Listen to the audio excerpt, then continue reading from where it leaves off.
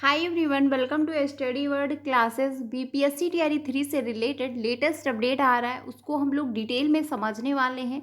And वहीं पर कौन से ऐसे अभ्यर्थी हैं जो बाहर हो सकते हैं टीआरई 3 से भी और टीआरई 4 से भी, इस पर हम लोग डिटेल में चीज़ें समझने वाले हैं। वहीं पर अदर स्टेट के लिए क्या प्रॉब्लम क्रिएट हो सकती है, कौन सी गलतियाँ आपको नहीं करनी है, इस पर भी हम लोग बात करने वाले हैं। वहीं पर जो आपका रिजल्ट है वो कब तक आएगा, और जो है बीपीएससी डोमिसाइल लागू अपडेट, जी हाँ, डोमिसाइल को लेकर भी एक अपडेट है, उस पर भी हम लोग डिटेल में चीज़ें समझने वाले हैं। तो वीडियो काफ़ी इंपॉर्टेंट होने वाली है। जो अपडेट आया है उसको हम लोग जो है डिटेल में समझ लेते हैं, तो वीडियो में लास्ट तक बने रहिएगा। चैनल पे पहली बार आए हो तो प्लीज़ वीडियो को लाइक करके चैनल को भी सब्सक्राइब कर लीजिएगा, सो दैट टीचिंग से रिलेटेड आपको सारी ऑफिशियल अपडेट जो होती है वो टाइम से मिल जाती है। बाकी आपको सीटेड पेपर 1 एंड पेपर 2 दोनों की प्रिपरेशन करवाई जाती है, तो आप लोग मेरे साथ भी ज्वाइन हो सकते हो। तो जो अपडेट है पहले उसको हम लोग डिटेल में समझ लेते हैं।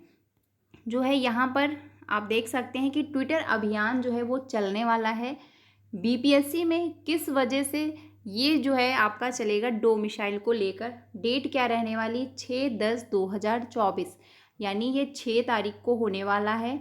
ठीक है, तो टाइम जो रहने वाला है वो 11 बजे, मॉर्निंग के 11 बजे से, यानी सुबह के 11 बजे से होगा। दिन जो उस दिन पड़ रहा है वो संडे यानी रविवार पड़ रहा है। और मांग क्या होगी डोमिसाइल को लेकर के कि बिहार में डोमिसाइल जो है वो लागू होना चाहिए। ठीक है, तो ट्विटर अभियान जो है ये चलने वाला है, ध्यान रखिएगा। 6 तारीख को संडे को, ये जो संडे पड़ने वाला है, और मॉर्निंग के 11 बजे से स्टार्ट हो जाएगा। तो जितने भी अभ्यर्थी ये चाहते हैं कि डोमिसाइल लागू हो बिहार में टीआरई 4 में, क्योंकि टीआरई 3 में तो अब आपका डोमिसाइल लागू नहीं होगा। रीज़न ये है कि जो है फाइनल आंसर की जारी हो चुकी है। दोस्त जो है 9 to 10th 11 to 12th की बच्ची है, बाकी जो है आंसर की जारी हो गई है। और रिजल्ट भी जो है आपका मैक्सिमम बन चुका है। ठीक है, तो अब जो है टीआरई 3 में तो डोमिसाइल लागू आपका नहीं होगा, बट हाँ टीआरई 4 के लिए जो है आप इसको सपोर्ट कर सकते हो अगर आप चाहते हो कि बीपीएससी टीआरई 4 में डोमिसाइल लागू हो। तो टाइमिंग ध्यान रखनी है, मॉर्निंग के 11 बजे से स्टार्ट है।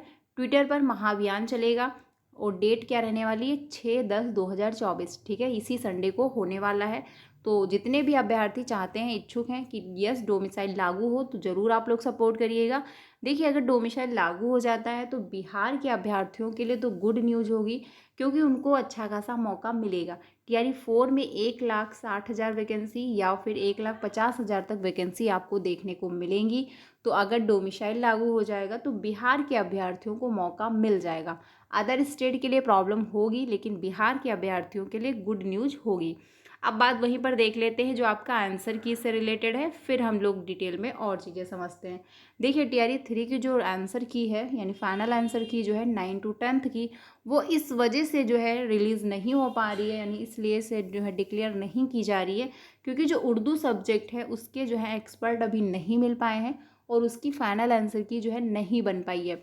ठीक है, इसी वजह से जो है आपकी 9 to 10th की जो फाइनल आंसर की है वो जारी नहीं की गई है, क्योंकि आयोग जो है 9 to 10th की जो फाइनल आंसर की है वो एक साथ डिक्लेयर करने वाले हैं, यानी कि सभी सब्जेक्ट की जो है एक साथ फाइनल आंसर की जारी होगी।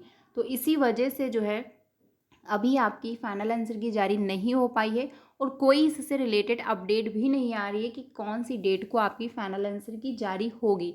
इसके पहले अपडेट यही था कि 30 जो है सितंबर को फाइनल आंसर की जारी कर दी जाएगी, लेकिन क्या हुआ, आज 3 अक्टूबर है, लेकिन कोई अपडेट नहीं है, और ना तो आयोग की वेबसाइट पे फाइनल आंसर की अपलोड की गई है। मैंने अभी भी चेकआउट किया है, बट वहाँ पर कोई भी फाइनल आंसर की को लेकर कोई अपडेट नहीं है, ना तो कोई जो है वहाँ पर आंसर की अपलोड हुई है। ठीक है, तो जैसे ही कोई ऑफिशियल अपडेट आता है या फिर कोई भी इंफॉर्मेशन आती है तो आपको इन्फॉर्म कर दिया जाएगा।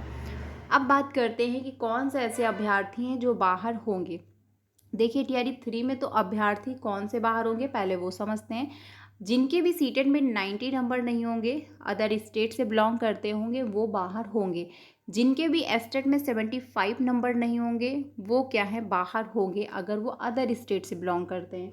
आप किसी भी कैटेगरी से हो, आपको कोई भी जो है डिसेबिलिटी है, आप क्या है, अगर 90 नंबर नहीं है तो बाहर कर दिए जाओगे, क्योंकि आरक्षण का लाभ ओनली बिहार के ही अभ्यर्थियों को मिलता है, अदर स्टेट के अभ्यर्थियों को नहीं दिया जाता है। ठीक है, तो ये दो चीज़ें ध्यान रखनी है। वहीं पर अगर आपने सीटेट क्वालिफाई कर रखा है और अगर आपका सीटेट यानी मान के चलिए ग्रेजुएशन में आपने साइंस ले रखा है, ठीक है, और अगर आपने सीटेट पेपर 2 अप्लाई किया है एसएसटी से यानी सोशल साइंस से, तो भी आपका मान्य नहीं होगा, अनवैलिड माना जाएगा। आप इसकी वजह से भी बाहर हो सकते हो, ये भी ध्यान रखना। और कभी कभी क्या होता है, ग्रेजुएशन में मैंने जैसे आर्ट साइड लिया और उसके बाद जो है जब पेपर 2 का अप्लाई किया फॉर्म सीटेट का, तो उसमें जो है साइंस और मैथ अप्लाई कर दिया।